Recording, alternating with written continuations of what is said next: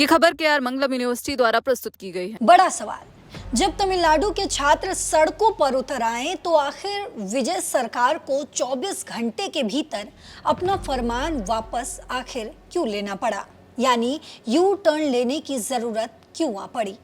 नमस्कार, आप देख रहे हैं दैनिक जागरण। मैं हूं आपके साथ पल्लवी सिंह। जरा सोचिए दोस्तों कि अगर आप किसी कॉलेज में पढ़ते हैं और अपनी पढ़ाई या देश के मुद्दों पर शांतिपूर्ण प्रदर्शन करना चाहते हैं, लेकिन सरकार, पुलिस और प्रशासन को आपके पीछे लगा दे, तो आपको कैसा लगेगा।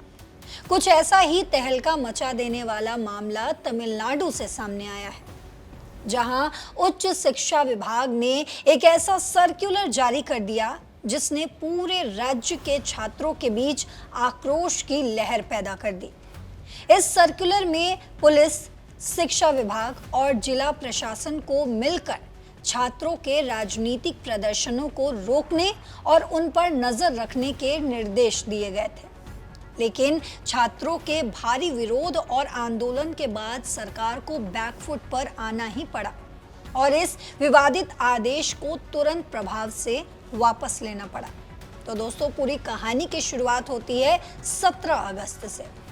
तमिलनाडु के उच्च शिक्षा निदेशालय ने राज्य के सभी सरकारी कॉलेजों को एक गोपनीय सर्कुलर जारी किया।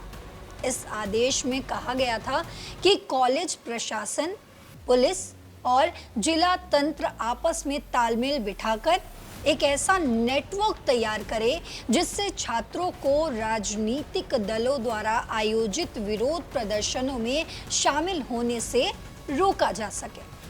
इस सर्कुलर में खास तौर पर वामपंथी दलों यानी कि लेफ्ट पार्टियों और कॉकरोच जनता पार्टी यानी कि सीजेपी द्वारा आयोजित आंदोलनों का जिक्र किया गया था।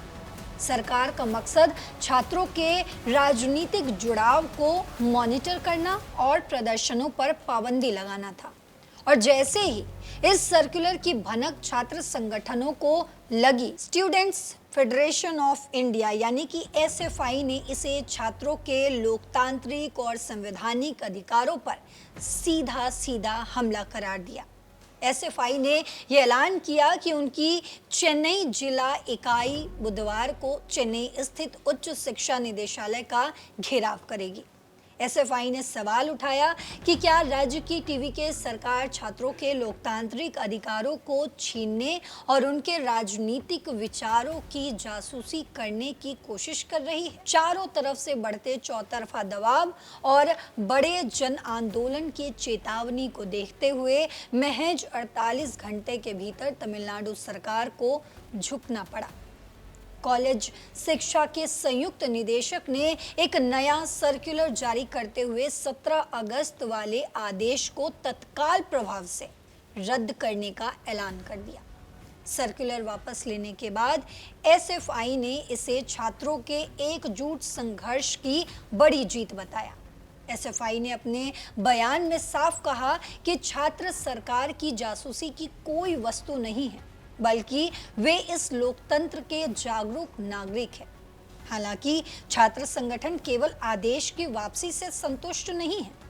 उन्होंने मुख्यमंत्री विजय और उच्च शिक्षा मंत्री से स्पष्टीकरण मांगा है कि आखिर ये असंवैधानिक आदेश आखिर किसके इशारे पर जारी किया गया था। अब इस पूरे विवाद का गहन विश्लेषण करना बेहद जरूरी है दोस्तों।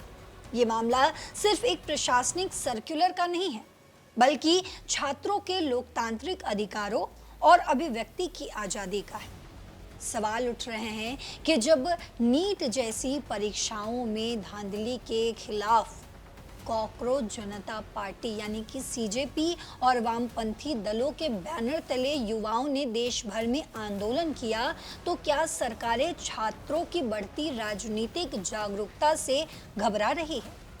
कानून व्यवस्था बनाए रखना राज्य सरकार की जिम्मेदारी हो सकती है, लेकिन शांतिपूर्ण राजनीतिक प्रदर्शनों में भाग लेने को अपराध मानना और छात्रों पर पुलिस की निगरानी बैठाना तानाशाही सोच को दर्शाता है। राजनीतिक विश्लेषकों का ये मानना है कि इस तुगलकी फरमान को वापस लेकर सरकार ने भले ही नुकसान की भरपाई करने की कोशिश की हो, लेकिन इससे मुख्यमंत्री विजय के प्रशासन और शिक्षा विभाग की कार्यप्रणाली पर गंभीर सवाल खड़े हो गए हैं। कॉलेजों में छात्रों की राजनीतिक भागीदारी पर पुलिसिया पहरा बिठाना सही था, या फिर छात्रों की इस ऐतिहासिक जीत ने साबित कर दिया है कि लोकतंत्र में अधिकारों की रक्षा के लिए सवाल पूछना जरूरी है। आप अपनी राय हमें कमेंट बॉक्स में जरूर लिखते जाएं। साथ ही देश और दुनिया की तमाम खबरों के लिए, तमाम अपडेट्स के लिए जुड़े रहिए दैनिक जागरण के साथ। नमस्कार।